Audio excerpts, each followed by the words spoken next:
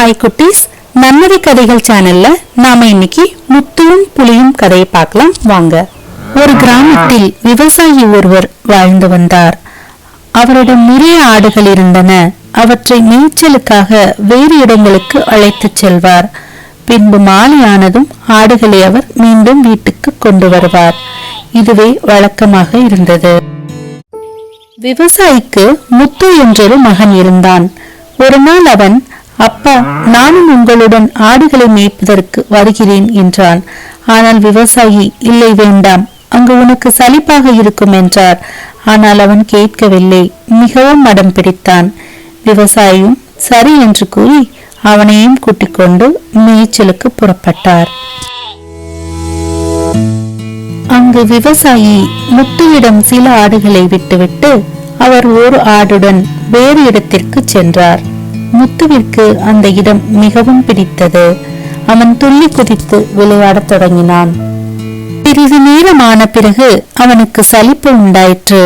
என்ன செய்வது என்று யோசித்தான். திடீரென்று அவன், புலி வருகிறது, புலி வருகிறது, காப்பாற்றுங்கள், காப்பாற்றுங்கள் என்று கத்த ஆரம்பித்தான். அவன் குரலை கேட்டு அவன் தந்தை மற்றும் சிலர் ஓடி வந்தனர். ஆனால் அங்கே புலி எதுவும் இல்லை. சிறுவன் தான் பொய் சொன்னதாக சொல்லி சிரித்தான். அவன் தந்தை அவனிடம் இப்படி செய்யக்கூடாது என்று கூறிவிட்டு அவரும் மற்றவர்களும் அங்கிருந்து புறப்பட்டனர். சிறிது நேரம் கழித்து முத்து மீண்டும் புலி வருகிறது, காப்பாற்றுங்கள், புலி வருகிறது, காப்பாற்றுங்கள் என்று கத்த ஆரம்பித்தான். திரும்பவும் அந்த விவசாயிகள் ஓடி வந்தார்கள். ஆனால் அங்கே புலி இல்லை. இந்த முறை விவசாயி மிகவும் கோபத்தோடு அவனை திட்டினார். இதுபோல் ஏமாற்றாமல் அமைதியாக இருக்க வேண்டும் என்று கட்டளையிட்டார்.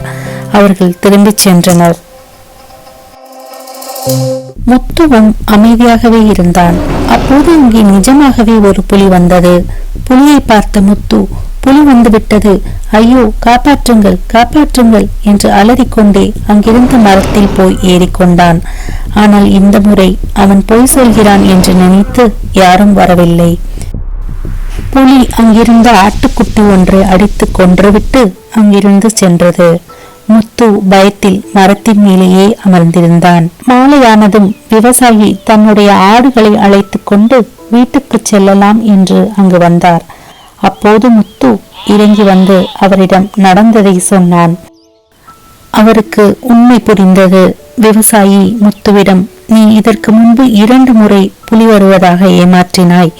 அதனால் மறுமுறை நீ கத்தும்போது பொய் என்று நினைத்து நாங்கள் வரவில்லை.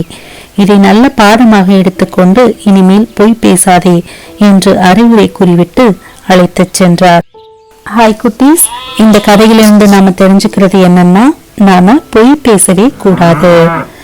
ஓகே குட்டீஸ், மீண்டும் ஒரு நன்னரி கதையோடு நான் உங்களை சந்திக்கிறேன். நன்னரி கதைகள் சேனலை கண்டிப்பா சப்ஸ்கிரைப் பண்ணுங்க.